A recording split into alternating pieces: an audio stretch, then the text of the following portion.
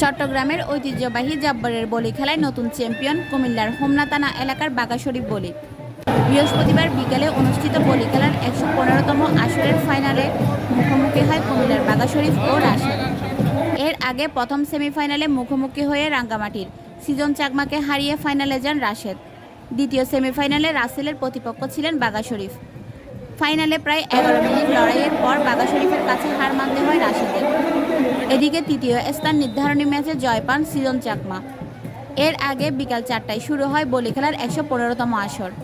এতে ৮৪ জন বলি অংশ নেন।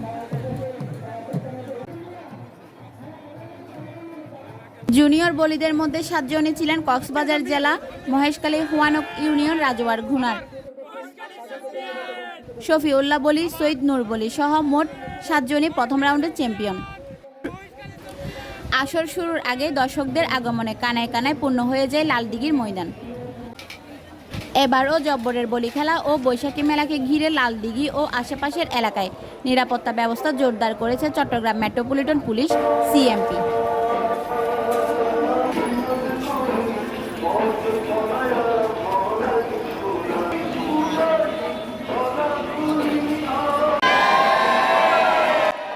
Desk news, channel city.